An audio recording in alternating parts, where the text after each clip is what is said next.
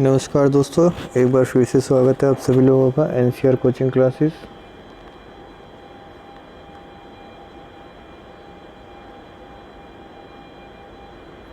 Coaching class में मैं गुरमीत तेवतिया जो है एक बार फिर से आप सभी लोगों के सामने मैथ की क्लास लेके आया हूँ। तो मैथ की क्लास की अगर हम बात करते हैं तो हमारा जो है CTET 2020 में जो है हम जूनियर लेवल की बात करते हैं। तो ये हमारा जूनियर लेवल का मैथ चल रहा है। तो मैथ का ये जो है हमारा नंबर सिस्टम का थर्ड पार्ट है।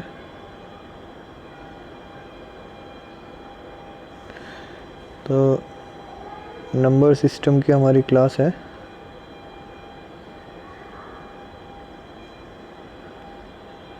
Third part. तो थर्ड पार्ट शुरू करने से पहले जो है मैं एक बार आप लोगों से बता देता हूँ कि जैसा कि अभी तक ये है कि हमारा एग्ज़ाम जुलाई 2020 में होगा, लेकिन जहाँ तक चांसेस लग रहे हैं तो लगता नहीं कि ये जो है 5 जुलाई को होगा एग्ज़ाम, क्योंकि जिस तरह डेली कोरोना केसेस बढ़ते आ रहे हैं तो उस हिसाब से मुझे नहीं लगता कि ये हो पाएगा 5 जुलाई को। लेकिन फिर भी क्या है, हम लोगों को अपनी प्रैक्टिस तो करनी है डेली, हमें अपनी पढ़ाई तो कंटिन्यू रखनी है ना। तो पढ़ाई को तो हम लोग छोड़ नहीं सकते।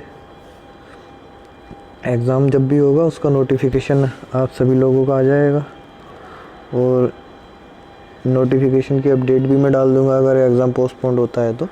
पर लेकिन हमें अपनी तैयारी तो कंटिन्यू करनी है, तो तैयारी करते हैं। चलिए शुरुआत करते हैं अपनी जो है। तो नंबर सिस्टम में हमें आना था गणित सक्रिय पे, गणित की एक्टिविटी पे। और एक्टिविटी की अगर हम बात करते हैं तो हम जो है गणित में जो है मुख्य रूप से 4 प्रकार की एक्टिविटी होती है। पहला होता है जोड़, दूसरा घटा, तीसरा गुना, चौथा भाग। तो गुना और ये भाग, ये 4 एक्टिविटी होती है। तो जोड़ने का देख लेते हैं हम पहले। तो जोड़ का जो है वह प्रक्रिया जिसके अंतर्गत जो है 2 या 2 से अधिक संख्याओं और समूह को और वस्तुओं को एक साथ मिलकर गिनते हैं, इसे जो है इस निशान से जो है चिन्हित करते हैं। अब जैसे कि इसमें एग्जाम्पल में भी दे रखा है, इसमें जो है 3 संख्याएं ले रखी है, 12 75, 13 73 और 28 32। तो हम जोड़ना शुरू जो करते हैं, हम जोड़ना शुरू करते हैं राइट हैंड साइड से लेफ़्ट साइड को। ठीक है, तो हम जोड़ते हैं। तो 5 और 3 8 और 2 10। फिर हासिल लग गया, वो एक हासिल ऊपर हो गया, 7 दूनी 14, 3 17, 1 18 आ गया। और फिर एक हासिल ऊपर आ गया, और 8 2 10 3 13 और 1 14 आ गया, 14 का 4। फिर हासिल 1 आ गया, और 2 3 4 और 1 5। तो आंसर जो है हमारा मेरा 5480 आंसर है। तो आंसर हमारा सही है एकदम। हम जो है लेफ़्ट से राइट से जो है लेफ़्ट क्यों जोड़ते हैं, ताकि जो है हमारा आंसर बिल्कुल सही है। वरना जो है इसका हासिल हम लोग कहाँ लगाएंगे। जो जोड़ने के बाद हम जो है 0 से 9 तक संख्या लिखते हैं। कहीं अभी आपने देखा है कि मान लिया हमने कोई संख्या लिखी, ये छोटी संख्या लिख लेते हैं हम 25 और 25। तो ऐसा कहीं देखा है आपने 5 और 5, 10 और 2 और 2 4, 410 लिख दिया हो? नहीं होता ना। ये जो 1 है ये एक इधर आ जाता है और 4 और 1 5 हो जाता है। तो ये 50 हो जाता है, क्योंकि राइट हैंड साइड से लेके चलते हैं लेफ्ट हैंड साइड की तरफ, और 0 से 9 तक संख्या हम यहाँ लिखते हैं। 9 से ऊपर अगर 10 आता है, 11 आता है, 12 आता है, तो उसमें से हम इकाई की संख्या को लिख लेते हैं। ठीक है, जो हमारी इकाई की संख्या है उसे हम लिख लेते हैं, और दहाई की संख्या को हम हासिल लगा देते हैं अगली वाली संख्या के ऊपर। चलिए, तो ये तो होगी जोड़ की बात। अब बात करते हैं हम घटाव की। तो घटाव में भी हमारा यही होता है कि घटाव से तात्पर्य वस्तु को जो है घटाने से है। तो इसमें भी 2 या 3 या झुंड को जो है एक साथ घटाया जा सकता है, बड़ी संख्या को भी घटाया जाता है। तो इसे जो है हम घटाव को, ये जो चिन्ह है इस चिन्ह से चिन्हित करते हैं। और जैसे उदाहरण आप देख रहे हैं कि 51 माइनस 11, तो 0 और 4 40। घटाने का काम भी हम राइट हैंड साइड से लेफ्ट हैंड साइड की तरफ करेंगे। ठीक है, अब आती है बात हमारी गुना की। तो गुना में जो है ये हमारा x का साइन होता है, x जैसा दिखने वाला, इसका अर्थ होता है गुना। तो अब हम गुना का मतलब ये होता है कि पुनरावृत्ति होती है उन शब्दों की। तो उन्हें 5, जैसे उदाहरण दे रखा है ये 12 का, तो अगर हम 12 में 5 की गुना करनी है तो इसका मतलब क्या होता है, 12 को 5 12 में जोड़ना है, 12 प्लस 12 प्लस 12, तो ये 5 बार जोड़ना है। तो 5 बार जोड़ने में काफ़ी लंबा हो जाता है, तो इसलिए जो है हम इसे 12 गुना 5 लिख के छोटे सी जगह में ही हम इसकी गुना कर देते हैं। तो 12 पंजे 60। ठीक है, चलिए अब आ जाता है भाग। तो भाग की जो है, ये भाग का निशान होता है, एक डंडा होता है और उसके ऊपर नीचे दोनों तरफ 2 बिंदियाँ होती हैं, ये भाग का निशान होता है। और इसमें जो है एक संख्या दूसरी संख्या से विभाजित की जाती है, तो इस संख्या का निशान दिया जाता है। और भाग की प्रक्रिया यह होती है कि जिस संख्या को विभाजित किया जाता है तो उसे भाज्य संख्या कहते हैं। एग्जाम्पल मैं आपके सामने दिखा देता हूँ, थोड़ा सा जूम कर देता हूँ पहले मैं आपको। तो ये देखिए एग्जाम्पल को जो है आप, तो जिस संख्या को हमें भाग देना होता है तो वो संख्या हमारी भाज्य कहलाती है। जिस संख्या से हमें भाग देना होता है वो भाजक कहलाती है। जो हमारी संख्या जो भाज्य से भाजक को जितनी बार भाग किया जाता है उसे भागफल कहते हैं। और भागफल करने के बाद में जो नीचे शेष बचता है उसे शेषफल कहते हैं। तो इसका जो है आप संबंध देख लीजिए, भाजक भाज्य और भागफल में संबंध क्या होता है। भाज्य क्या होता है, भाज्य इक्वल टू होता है भाजक गुना भागफल प्लस शेषफल। मान लिया अब हमारी संख्या है कोई x, तो x को क्या हुआ, p हो गया भाजक, q हो गया भागफल, r हो गया शेषफल। ठीक है, अब इसमें जो है हम एक उदाहरण ले लेते हैं, मैं आपको दिखा देता हूँ। अब हमारी कोई संख्या है 27, भाज्य है ये हमारा।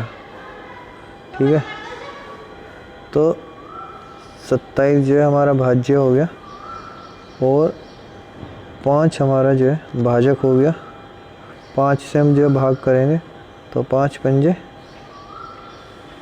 25, तो कितनी बार चला, 5 बार, तो ये हमारा भागफल हो गया।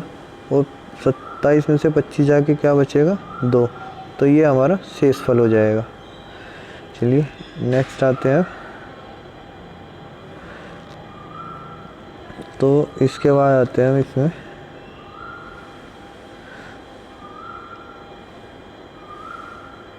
संख्याओं का खेलना जो है। संख्याओं के खेलने की हम बात करें तो संख्याओं को जो है खेलने का आशय है कि उनकी गुणात्मक संबंध को ध्यान में रखते हुए जो है संख्या को गणितीय जानकारी में वृद्धि करना। तो अब किसी संख्या को विभाजित करना है तो वे भाज्य संख्या कहलाती है, जैसा कि मैंने आप सबको बता दिया। और इसमें जो है हम संख्याओं के विभाजित की जांच करते हैं। तो जांच के लिए हम देख लेते हैं क्या क्या नियम है हमारा। तो पहला हम लेते हैं 2 से विभाज्यता, कि कौन सी संख्या हमारी 2 से पूर्ण तरह विभाजित हो जाती है। तो इसमें है कोई भी संख्या 2 से तभी विभाजित होगी जब उसका इकाई का अंक सम अंक अथवा शून्य होगा। तो उदाहरण के लिए देख लेते हैं 12 हो गया, 240 हो गया, 148 हो गया, ये सभी जो है 2 से भाग हो सकती है। अब देखिए 12 को देख लीजिए आप, 12 को जो है 2 से भाग करा तो 2 छिका 12, तो ये पूरी तरह भाग हो गई और नीचे शेषफल में कुछ नहीं बचा।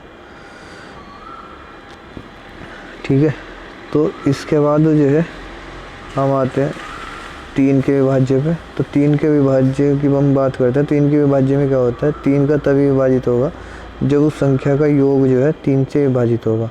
अब जैसे संख्या का उदाहरण है 465, ठीक है, तो 465 को जो है 4 + 6 + 5 कितना हुआ, ये हो गया 15। अगर 15 जो है 3 से हम भाग करते हैं तो 3 × 5 = 15, तो संख्या जो है पूरी तरह 5 से विभाजित हो जाएगी 3 से। तो देखिए अब जो है इसे हम करते हैं 465 को हम 3 से भाग करते हैं तो 3 एकम 3, 1 बचा, 3 × 5 = 15, 1 बचा, फिर 5 आ गया और 3 × 5 = 15। तो इस तरह जो है यहाँ रिमाइंडर कुछ नहीं बचता है, तो पूर्ण तरह विभाजित हो जाती है हमारी संख्या जो है। आप उसमें कोई भी संख्या ले लीजिए जिसका जो है योग 3 से विभाजित हो जाएगा, वो संख्या 3 से विभाजित हो जाएगी। ये चीज़ आपको जो है याद रखिएगा, शॉर्ट ट्रिक होती है याद करने के लिए। जो है एग्ज़ाम में कोई भी क्वेश्चन हमें करना है, अब मान लिया हमें कोई एग्ज़ाम्पल आ गया कि इसे जो है सबसे छोटा भाजक कौन सा है, तो कोई भी संख्या हमें सिर्फ ध्यान जो है इकाई के अंक की तो देखना है, तो हो जाएगा। अब बात करते हैं 4 से। 4 से विभाजित, 4 से कौन सी संख्या विभाजित होंगी, 4 से संख्या तभी विभाजित होगी जब दाईं और इकाई के अंकों की बनी संख्या 4 से विभाजित हो जाएगी। तो उसके लिए जो है जैसे इसमें संख्या दे रखी है 15, 67, 64, तो इसमें जो है 64 पूरी तरह जो है 4 से विभाजित हो जाएगा, बताइए। अब 64 जो है 4 से हमारा पूरी तरह विभाजित हो जाता है कि 16 चौके हमारे 64 होते हैं, तो यह संख्या भी 4 से विभाजित होगी। अब जिसको डाउट है उसे मैं करके दिखा देता हूँ। विभाजित जो है देखिए 15, 67, 64, इसमें रिमाइंडर कुछ नहीं बचेगा, 4 से हम भाग करते हैं तो पहले आ गया 12, फिर ऊपर से 6 उतर गया 26 हो गया, तो फिर क्या हुआ 24, फिर 2 बचा, फिर ऊपर से 7 आ गया, फिर 6 आया, तो फिर 24, तो फिर 2 बचा, तो ऊपर से 6 आ गया,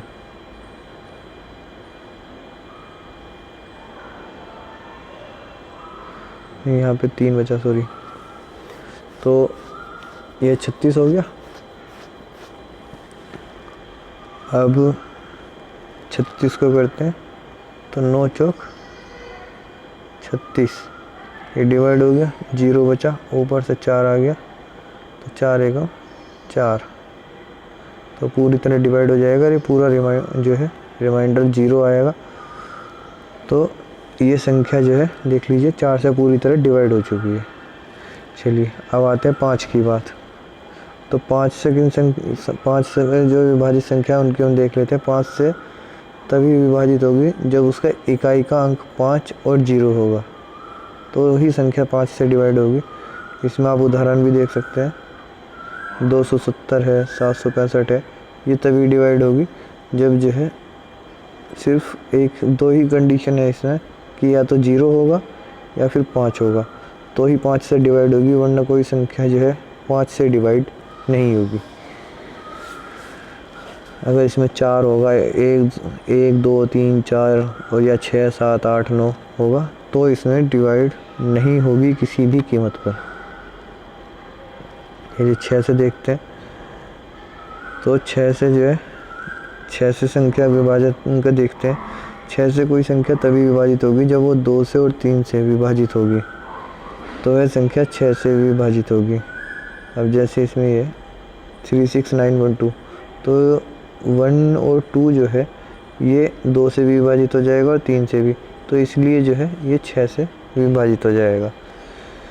और अगर हम वैसे देखते हैं तो इस संख्या का जो योग है, योग बैठता है 21, और 21 जो है 3 से विभाजित हो जाता है, तो इसलिए 6 से भी विभाजित हो जाएगी। चलिए नेक्स्ट पॉइंट पे हम आते हैं। तो संख्या को 7 से विभाजित उनका देखते हैं।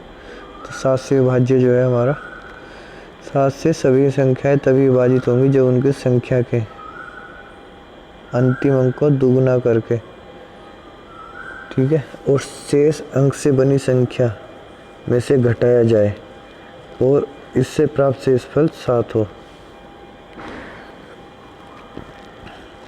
तो तभी वह 7 से भाज्य होंगे अथवा नहीं होंगे। अब देखिए, जैसे हमारी संख्या है 24 29, तो इसमें अंतिम अंक क्या है 9, 9 का दुगुना कर दो 18, ठीक है, और 18 को जो है शेष अंक क्या बचा 242, 242 में से 18 घटा दिया 224, और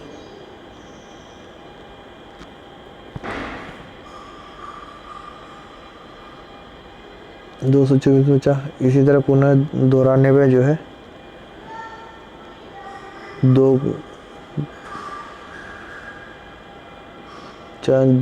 जो है 4 का दुगना कितना हुआ 8 हो गया, और शेषफल कितना बचा 22, 22 में से जो है गया 8, तो कितना बचा 14 बचा, और 14 7 से विभाजित हो जाता है क्योंकि 7 दूनी 14 होते हैं, तो जो है 22 49 जो है ये हमारी 7 से विभाजित हो जाएगी। ठीक है, नेक्स्ट आते हैं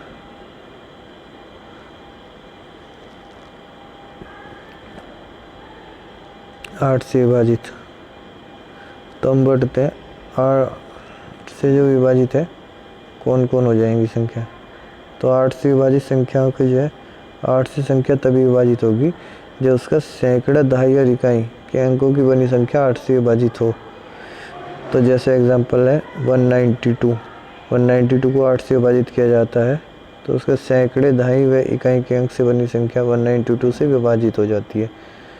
तो 192 को हम डिवाइड करते हैं 8 से, तो कितना हुआ 8 दूनी 16, 32 और 8 चौक 32, तो 0 बचता है, तो ये संख्या जो है आपकी डिवाइड हो जाएगी।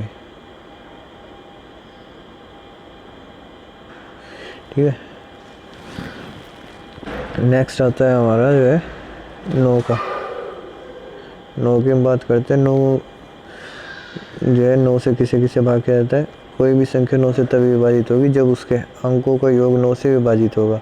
अब जैसे हमारी संख्या है तो 29034 को 9 से विभाजित करते हैं क्योंकि इसके अंकों का योग जो है करा हमने, तो योग आ गया 18, और 18 को 9 से डिवाइड करते हैं तो डिवाइड हो जाता है 9 दूनी 18, शेष कुछ नहीं बचता, तो ये संख्या जो है 9 से विभाजित हो जाएगी। ठीक है, अब आते हैं 10 की बात। तो 10 से विभाजित संख्या जो है, 10 से कोई भी संख्या तभी विभाजित होगी जब उसका इकाई का अंक 0 होगा। तो जैसे हमारी संख्या दी हुई है 1987650, तो ये 10 से जो हमारी डिवाइड हो जाएगी। तो जिस समय से डिवाइड करेंगे तो लास्ट की जो हमारी 0 है ये 0 इसमें से ख़त्म हो जाएगी और हमारे संख्या जो है आ जाएगी भाजकर में। चलिए नेक्स्ट आते हैं 11 से संख्या। 11 से तभी संख्या डिवाइड होगी जब उसकी इकाई का अंक और बाई के अंक चलने पर सम स्थानों पर अंकों का योग और विषम स्थानों पर अंकों का योगफल का अंतर 0 तथा 11 हो से पूर्णतः विभाजित हो जाए। तो इसका हम देख लेते हैं। तो जैसे हमारी ये है कि ये हमारी संख्या हो गई 7127362। तो इसमें जो अगर सम स्थानों के अंकों का योगफल की हम बात करें तो कितना हो गया, सम स्थान कौन से हो गए 6, 7 और 1, ये हमारे सम स्थान हो गए। ठीक है, तो ये हो गया हमारा 14। और अगर हम विषम संख्याओं के अंकों का योगफल देखते हैं तो विषम बचता हमारा 7, जो है विषम बचता हमारा 2, 3, 2 और 7। तो इसका योगफल भी 14 हो जाता है। 14 में से 14 गया तो 0 बचता है। तो इसका मतलब ठीक है, तो ये संख्या जो है 11 से विभाजित हो जाएगी। नेक्स्ट आता है 12 से विभाजन जो है।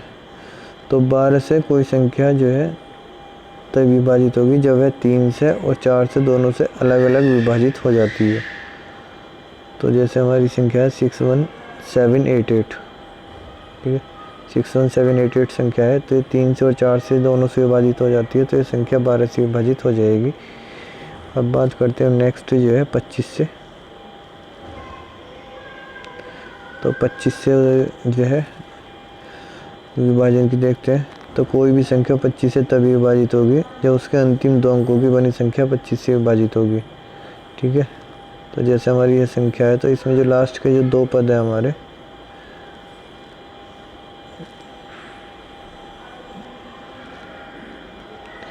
तो ये हमारे लास्ट के 2 पद है, तो ये 25 से जो है पूरी तरह विभाजित हो जाएंगे।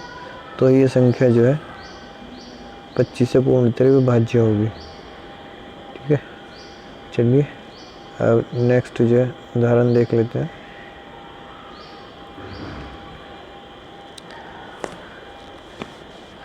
अब उदाहरण हमारे पास पहला एग्जाम्पल है कि 413865 निम्न में से किससे विभाज्य है। तो बताइए आप किस किस से विभाज्य होगी। तो इसमें जो है, चलिए हम इसका उदाहरण एग्जाम्पल देख लेते हैं। तो इसमें जो है 413865 जो है एक विषम संख्या है।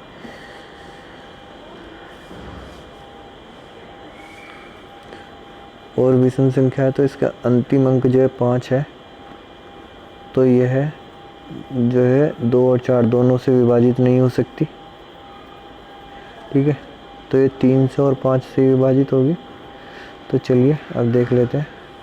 तो इसका जो योग है 27 है। 27 जो है 3 से भाग होगा और 9 से भाग होगा। 5 से 27 भाग नहीं होगा, ये भी दे रखा है इसमें। तो 5 से भाग विभाजित 3 और 9 दोनों से विभाजित होगी, चूँकि ये दी गई संख्या का अंतिम अंक 5 है। हाँ, तो इसमें एक चीज़ और ध्यान रखिए कि दी गई संख्या जो है उसका जो अंतिम अंक है ये 5 है। तो ये जो है 5 से विभाजित होगी। तो दी गई संख्या 3, 5 और 9 से विभाजित होगी। तो इसमें जो आपका ऑप्शन है ऑप्शन 4, 3, 5 और 9, ये इससे विभाजित होगी। नेक्स्ट एग्जाम्पल पे हम आते हैं। तो नेक्स्ट एग्जाम्पल है हमारा, निम्नलिखित में से कौन सी संख्या 7 से विभाजित नहीं होगी। तो 7 से विभाजित नहीं होने के लिए क्या कंडीशन है।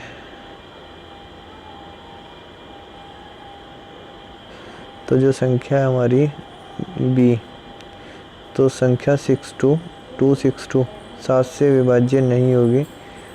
अन्य सभी संख्याएं एक संख्या की पुनरावृत्ति के कारण 7 से विभाजित हो जाती हैं।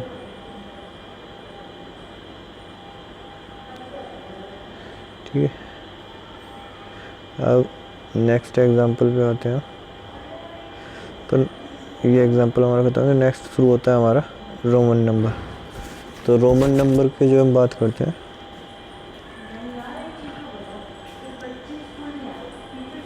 रोमन नंबर जो है तो विभिन्न अंकों और संख्या को रोमन संकेत में लिखते हैं। यह रोमन प्रणाली कहलाती है। संख्या के रोमन संकेत इस प्रकार होते हैं। रोमन अंक जो है लिखना जो है रोमन नंबर में, ये रोमन अंक कहलाते हैं। रोमन अंकों का हम आपको बता देते हैं, रोमन अंक के संकेत कौन कौन से होते हैं। तो रोमन अंक की अगर हम बात करते हैं तो रोमन अंक 1 के लिए जो है, ये देखिए, एक जो है आई जैसा डंडा खींचा होता है। 2 के लिए 2 डंडे खींचे होते हैं। 3 के लिए 3 डंडे खींचे होते हैं। और 4 के लिए आई और वी, इंग्लिश वाला जो वी होता है कैपिटल, वो लिखा हुआ है। और 5 के लिए जो है वी लिखा जाता है। इस वी से पहले आई का मतलब ये है कि वी को हम 5 बोलते हैं। 5 में से 1 चला गया तो वो 4 हो गया। और नेक्स्ट आता है हमारा 6। तो वी के बाद एक डंडा लगा दिया तो ये हमारा 6 हो गया। 2 डंडे लगाने के बाद 7 हो गया। 3 लगाने के बाद 8 हो गया। अब बात आती है 9 की। तो 9 में क्या है कि वही 4 वाला केस है, क्योंकि x जो है हमारा 10 होता है। तो 10 में से 1 जो है पहले लगा दिया तो ये हो गया, ये माइनस हो गया तो ये 9 हो गया। चलिए अब हम देखते हैं। ये हो गया हमारा 10। 10 को हमने x लिख दिया, 20 को 2x लिख दिया, 30 को हमने 30x लिख दिया और 40 पा के फिर हमारा सेम वही केस हो जाता है, क्योंकि L हमारा 50 होता है। तो 50 में से 10 को माइनस कर दिया। किसी भी संख्या से पहले डंडा खींचना जो है इसमें, या किसी भी संख्या को बड़े संकेत से पहले छोटा संकेत लिखने का मतलब यही होता है कि वो उसमें से माइनस है। ठीक है, तो यहाँ पे हो गया 40, XL जो है वो 40 हो गया।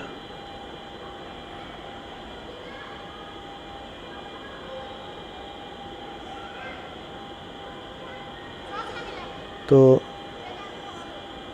L जो है 50 हो गया। अब ये हो गया 100। तो 90 का मैं आपको बता दूं, 90 इसमें नहीं दिया, तो 90 का क्या हो जाएगा, C और X, ये 90 हो जाएगा, क्योंकि 100 में से 10 गया तो ये 90 हो जाएगा।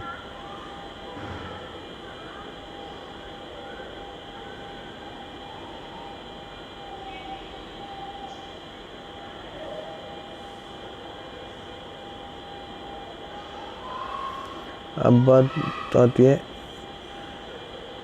500 की। तो 500 को हम D लिखते हैं और 1000 को हम M लिखते हैं। ठीक है, अब इसकी विशेषताएं देख लेते हैं। तो रोमन प्रणाली की विशेषता क्या होती है। पहली चीज़, इसमें I, X, C और M संकेत तथा N संकेत अधिक से अधिक 3 बार लगातार लिखे जा सकते हैं, और इस स्थिति में उसका मान उनके योगफल के बराबर होता है। जैसे 3 बार लिख दिया I तो 1 2 3, ये 3 हो गया। X हो गया, 3 बार लिख दिया वो 30 हो जाएगा। C को 3 बार लिख दिया वो 300 हो जाएगा। और M को जो है 3 बार लिख दिया तो 3000 हो जाएगा। जैसे 2 बार M लिखा है तो यहाँ 2000 हो गया। और नेक्स्ट आता है पॉइंट जो है कि इसमें VLD ये संख्याएं दोहराए नहीं जाते। मतलब जो है V, L और D ये हम नहीं दोहराते हैं। तो V का मतलब क्या होता है, V का मतलब होता है 5। ठीक है, L का मतलब होता है हमारा, ठीक है, V 5 लिखा हुआ है एल जो है हमारा 50 हो गया और डी का मतलब होता है हमारा 500। अगर हम 2 बार डी लिख देंगे तो इसका मतलब क्या हो जाएगा बताइए। 2 बार डी अगर हम लिखते हैं तो D plus D is equal to होना चाहिए क्या 1000, लेकिन नहीं। अगर देखा जाएगा तो ये हो जाएगा 500 और 500, जिसका कोई मतलब नहीं होता है। ठीक है, चलिए अब जो है नेक्स्ट पॉइंट देखते हैं। तीसरा जो है एक को केवल v और x के आगे से और x को केवल l और c से तथा c को केवल m और d में से घटाया जाता है। x, l और d, x, v, l और d घटाए नहीं जाते।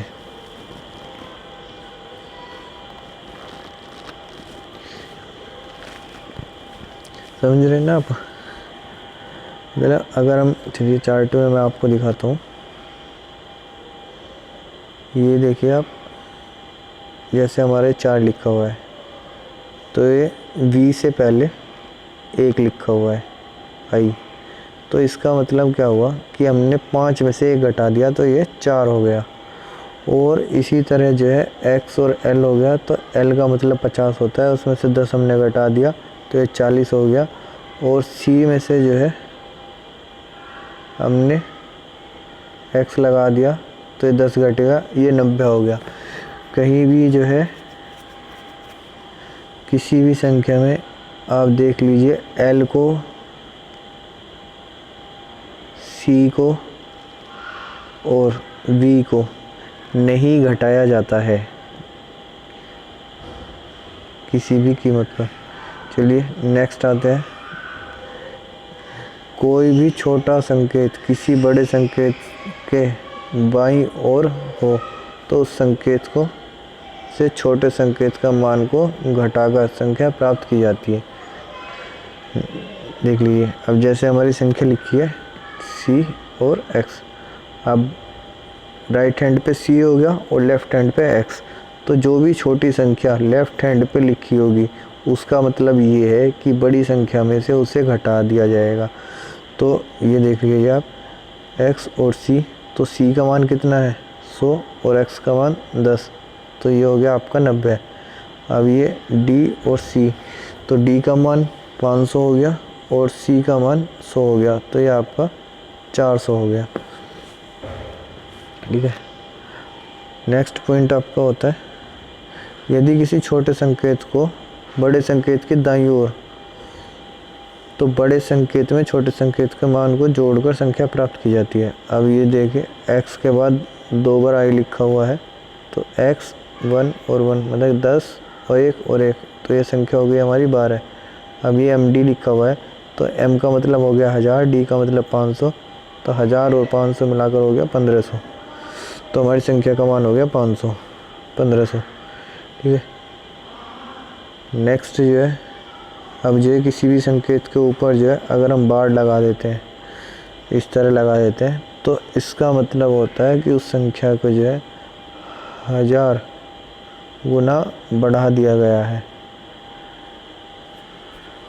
तो इसका मतलब हो गया अगर हमने ये संख्या लिख के i और v लिख के जो है उसके ऊपर बार हमने लगा दिया है, ये लगा दिया है, तो इसका मतलब हो गया कि इसमें आपको मल्टीप्लाई 1000 करनी है। तो 4 इंटू मल्टीप्लाई 1000 आपका हो जाता है, तो आपका हो जाएगा 4000। इस तरह d के ऊपर अगर हमने बार लगा दिया तो d में 1000 को मल्टीप्लाई कर दीजिए, तो जाएगा आपका, ये आपका आंसर आ जाएगा 5 लाख जो है। ठीक है, अब नेक्स्ट एग्जांपल देख लेते हैं।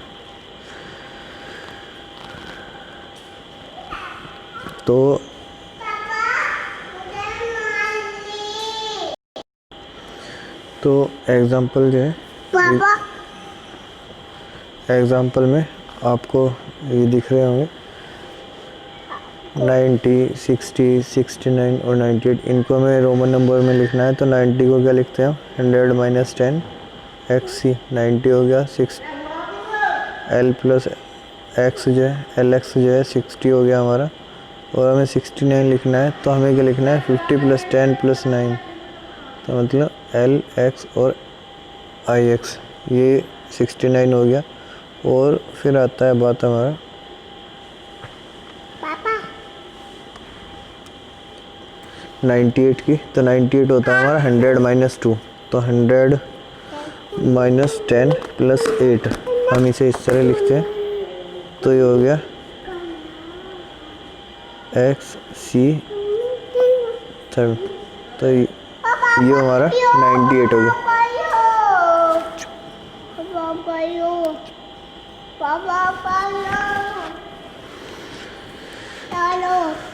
ठीक है, तो ये हो गया। अब जो है नेक्स्ट कलम इसका जो है बाकी का जो पार्ट बचता है कलम, वो सारा पार्ट इसमें कर लेंगे। तो अभी नेक्स्ट आपका क्या बचता है वो मैं आप लोगों को दिखा देता हूँ एक बार। नेक्स्ट जो है आप लोगों का 10 बचता है दशमलव संख्या। दशमलव संख्या के बाद आप लोगों का बचता है जो है संख्याओं का गुणनफल की इकाई की जांच करना। और इसके बाद बचता है आपका भिन्न। भिन्न के बाद आपका क्या बचता है, भिन्नों के प्रकार और भिन्नों की सक्रिय, भिन्नों बोर्ड मास बचता है। जो बोर्ड मास रूल है आपका, ये रूल बचता है। और इस रूल के बाद जो है आपका बचता है सिंकट मान जो है। तो ये कल आपका हो जाएगा। और उसके बाद जो है फिर हम कल करें इसका जो है एक प्रैक्टिस सेट बनाएंगे, तो उसमें हम लोग इसके प्रैक्टिस करेंगे। ठीक है, तो कल मिलते हैं फिर वीडियो में जो है। तो आज के लिए वीडियो हम अपना यहीं को ख़त्म करते हैं रोमन नंबर के साथ। मिलते हैं फिर एक नई वीडियो में, तब तक के लिए जय हिंद जय भारत। और वीडियो को लाइक कीजिए, शेयर कीजिए और चैनल को जो है सब्सक्राइब ज़रूर कर लें। जय हिंद जय भारत।